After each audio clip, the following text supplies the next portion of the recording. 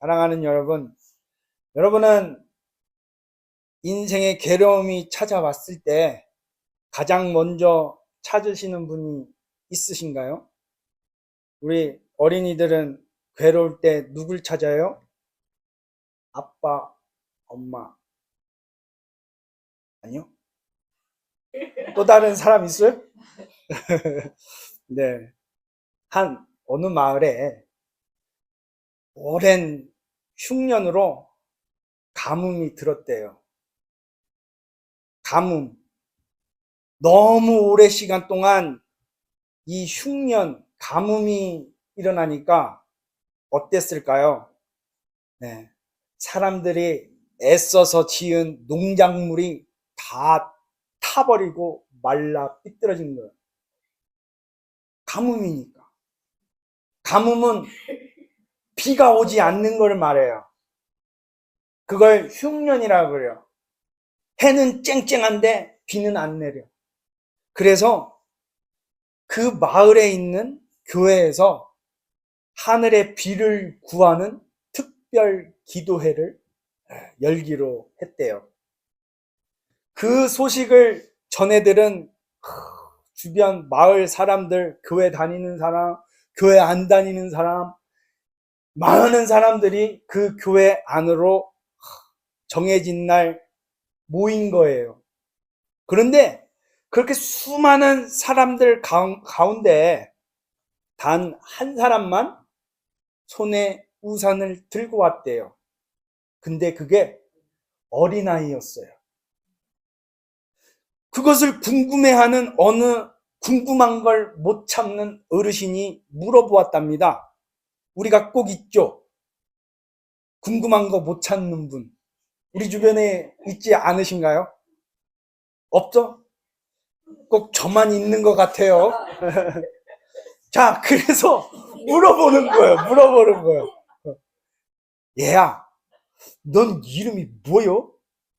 그러니까, 네, 아무개예요. 그러니까, 그래요? 아무개.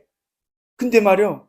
아니, 이렇게, 햇볕 쨍쨍하고 날씨도 맑은데 웬 우산이요? 그러자 아이가 이렇게 말했대요. 우리 교회에서요, 비 내려달라고 특별하게 기도한다고 했잖아요. 그래요. 근데 오늘 비 오게 해달라고 기도하러 왔잖아요. 그러면 비가 올 텐데 우산이 있어야죠. 여러분, 이것이 바로 믿음이에요. 우리는 기도하면서도 정작 응답을 준비하지는 않아요. 입으로는 주님 도와주셔요. 주님이 하셔야 돼요. 마음으로는 이미 안 될겨. 안 될 것 같아. 라고 우산을 집에 두고 올 때가 있습니다. 오늘 본문에서 등장하는 한나는 달랐습니다. 한나는 응답하시는 하나님을 믿고 우산을 들고 나간 사람이었어요.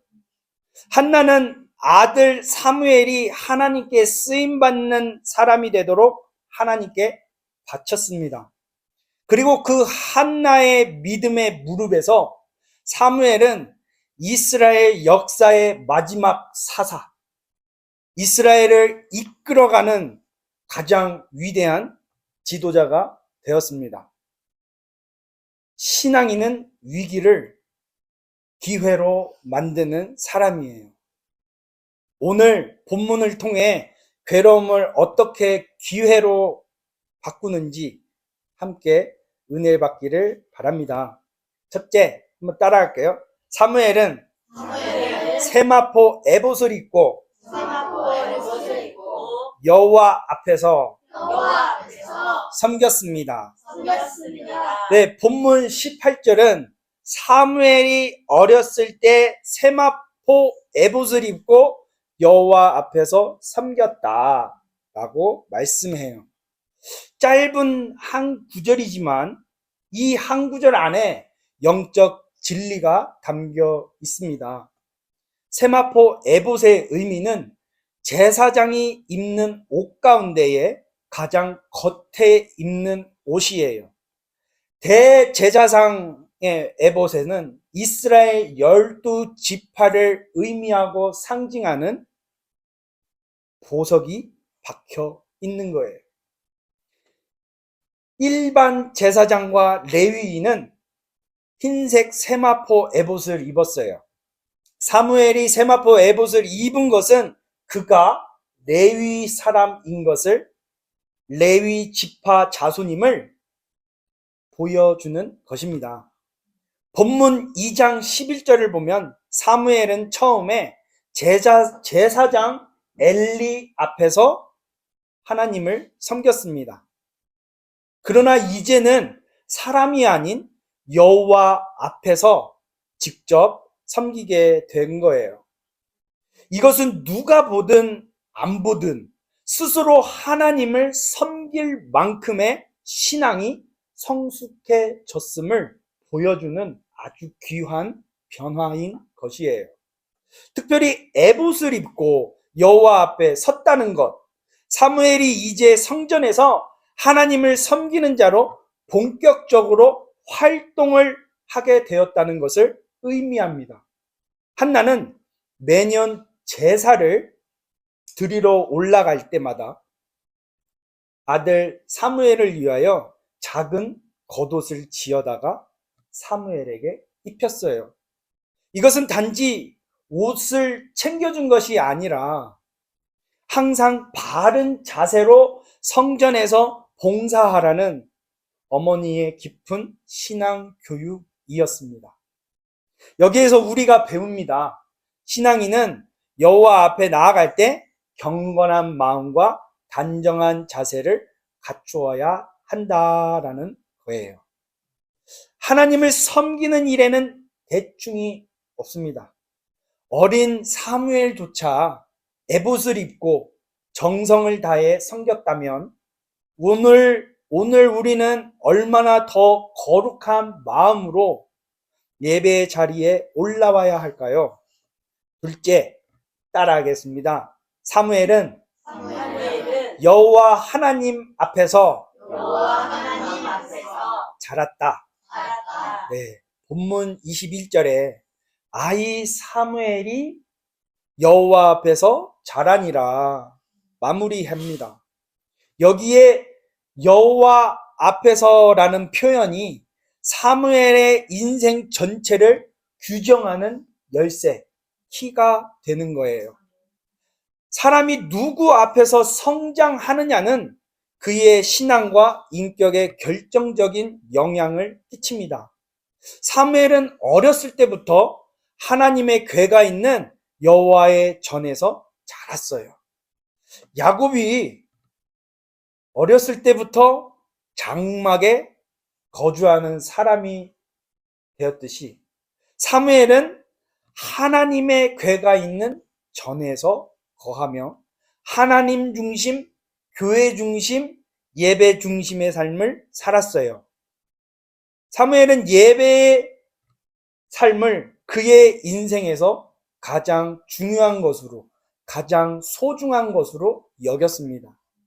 여러분, 사무엘이 예배 중심의 삶을 살아갈 수 있었던 결정적 이유, 기도하는 어머니, 기도하는 엄마가 있었기 때문이에요.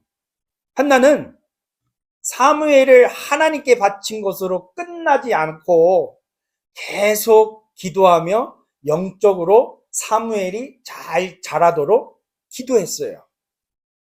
그렇게 사무엘을 돌보았어요. 그러므로 부모의 신앙교육이 한 영혼을 세웁니다. 따라하겠습니다. 부모의 신앙교육이 한 영혼을 세운다. 아멘. 오늘 우리 부모들도 자녀가 사무엘처럼 교회 중심, 예배 중심, 하나님 중심의 삶을 살도록 기도해야 할 줄 믿습니다. 그리고 하나님께 쓰임받는 귀한 일꾼으로 길러내야 할 줄 믿습니다. 사랑하는 여러분, 예배에 성공한 사람이 인생에 성공합니다. 세상의 화려한 무대보다 하나님 앞에서는 그 자리가 우리 자녀를 그리고 우리 자신을 가장 위대하게 만들어요. 이제 사무엘이라는 위대한 인물의 뿌리, 그의 엄마 한나를 한번 보겠습니다. 사람이 세상을 살아가다 보면 누구에게나 문제가 있어요. 인생을 살아가노라 하면 누구에게나 괴로운 일이 있어요. 때로는 문제를, 괴로움을 사람에게 아무리 털어놓아도 해결되지 않는 문제가, 해결되지 않는 괴로움이 있어요. 해결되지 않는 그런 문제와 괴로움이 있습니다. 그렇다면 한나는 그런 문제 앞에서, 그런 괴로움 앞에서 마음이 괴로울 때 무엇을 했을까? 본문 1장 10절에서 11절이 답이 주고 있습니다. 한나는 괴로움이 있을 때 사람에게 호소하지 않고 여호와 하나님께 자신의 문제를 온전히 털어놓았어요. 곧 기도한 것이에요. 그리고 사람 앞이 아닌 하나님 앞에서 울었어요. 한나는 사람들 앞에서 울지 않았습니다. 대신 여호와 하나님 앞에서 통곡을 하며 울었어요.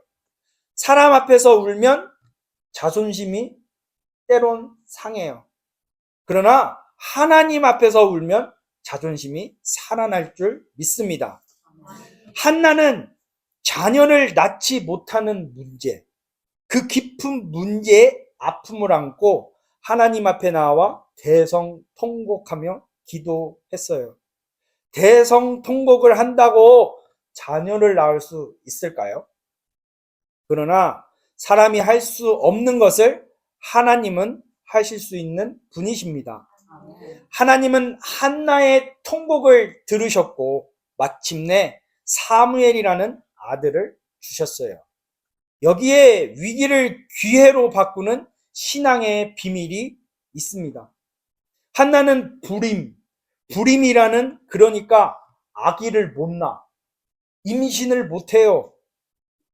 그렇게 자신의 인생에서 가장 큰 괴로움을 도리어 위대한 사명자를 낳는 기회로 바꾸었다라는 것이에요. 그 전환점은 다름 아닌 하나님 앞에 무릎 꿇음이었습니다. 사랑하는 여러분, 한나의 통곡 기도는 한 위대한 인물, 완전한 사람을 가리키고 있습니다. 그게 누구예요? 우리 주님이세요. 예수 그리스도입니다. 한나는 자녀를 위하여 성전에서 통곡하였습니다. 그런데 우리 주님께서도 우리를 위해 통곡의 기도를 드리셔요. 히브리서 5장 7절 말씀 우리 같이 읽겠습니다. 시작. 그는 육체에 계실 때에 자기를 죽음에서 능히 구원하실 이에게 심한 통곡과 눈물로 간구와 소원을 올렸고 그의 경건하심으로 말미암아 들으심을 얻었느니라. 아멘. 예수님은 십자가 고난을 앞에 두고 겟세마네 동산에서 피땀 어린 기도를 하셔요. 얼만큼 기도하셔요? 땀이 어떻게 돼요? 피로 돼요. 그만큼 열심히 기도하셨어요. 한나가 자녀를 낳기 위하여 통곡하였다면 예수님은 죄인된 우리를 하나님의 자녀로 얻기 위해 통곡하셨다는 거예요. 한나의 기도는 사무엘 한 사람을 낳았지만 우리 주님의 기도는 우리 모두를 하나님의 자녀로 새롭게 낳았습니다. 그리고 지금도 우리 예수님은 하나님 우편에서 우리를 위해 끊임없이 중보하고 계세요. 이제 우리는 한나처럼 성전 한 모퉁이에서 울 필요가 없어요. 예수님 덕분에 우리는 언제든지 은혜의 보좌 앞에 올라와서 담대히 나아갈 수 있게 되었습니다. 그러므로 오늘 우리에게 풀리지 않는 괴로움이 있으신가요? 사람에게 털어놓아도 해결되지 않는 무거운 짐이 있으신가요? 우리에게 인생의 모든 괴로운 문제를 털어놓을 분이 계시다는 것, 그것이 가장 큰 희망이에요. 무릎 꿇는 우리의 기도의 자리가 우리 인생의 방향을 바꾸는 자리예요. 한나의 통곡이 사무엘을 낳았듯이 예수 그리스도의 통곡이 우리를 살렸고, 오늘 우리의 기도가 위대한 응답의 열매를 맺을 것을 믿으시기를 축복합니다. 오늘 우리 모두 괴로움을 사람에게가 아니라 예수 그리스도의 이름으로 하나님께 다 가져다 올려드리시기를 바랍니다. 겟세마네의 우리 주님처럼 진실한 기도를 올려드리길 바래요. 그리고 우리의 자녀들과 다음 세대가 여호와 앞에서 자라나는 사무엘이 되도록 기도하는 어머니, 기도하는 아빠가 되기를 축복합니다. 사랑하는 여러분, 처음에 나누었던 우산을 든 어린 아이 이야기 기억하시나요? 맑은 하늘 아래 모두가 빈손으로 모일 때 그 어린 아이는 홀로 우산을 들고 교회로 올라왔어요. 비를 구하면서도 비를 기대하지 않던 사람들 가운데 오직 그 어린 아이만이 응답하시는 하나님을 진짜로 믿었기 때문입니다. 여러분, 한나가 바로 그 우산을 든 아이였어요. 자녀를 낳지 못하는 메마른 인생의 가뭄, 그 흉년 속에서도 한나는 응답해 주시리라는 하나님을 믿고 의지하고 무릎을 꿇었어요. 그 믿음에서 사무엘이라는 단비가 내렸어요. 그러나 여러분, 우리에게는 한나가 든 우산보다 더 큰 우산이 있어요. 바로 예수 그리스도의 십자가입니다. 겟세마네에서 우리를 위해 통곡하시고 갈보리 언덕에서 우리를 위해 보혈을 흘려주신 예수님께 우리 인생의 모든 흉년 속에 모든 가뭄 위에 펼쳐진 영원한 응답의 우산입니다. 그 십자가 예수님 안으로 나아가는 자는 결코 빈손으로 돌아가지 않습니다. 그러므로 오늘 우리도 우산을 들고 나아가시기를 바래요. 마음으로 에이 안 될겨, 에이 어떻게 그렇게 되어, 나 감당 안 되어, 그 믿음 안 돼요. 응답을 그렇게 포기하지 말고 될겨, 따라합니다. 될겨, 주실겨, 주실겨, 반드시 주실겨. 응답하시는 하나님을 믿고 담대히 은혜의 보좌 앞으로 나아가시기를 축복합니다. 메마른 땅 위에 단비를 내리시는 하나님, 오늘 우리의 통곡을 들으시는 우리 주님께서 오늘도 살아 역사하시기 때문입니다. 말씀을 마칩니다. 위기를 기회로 바꾸시고 우리의 통곡을 들으시는 예수 그리스도의 이름으로 오늘 무릎을 꿇는 모든 성도 위에 사무엘과 같은 놀라운 응답을 부어주시기를 간절히 축복드립니다. 할렐루야. 우리 기도하겠습니다.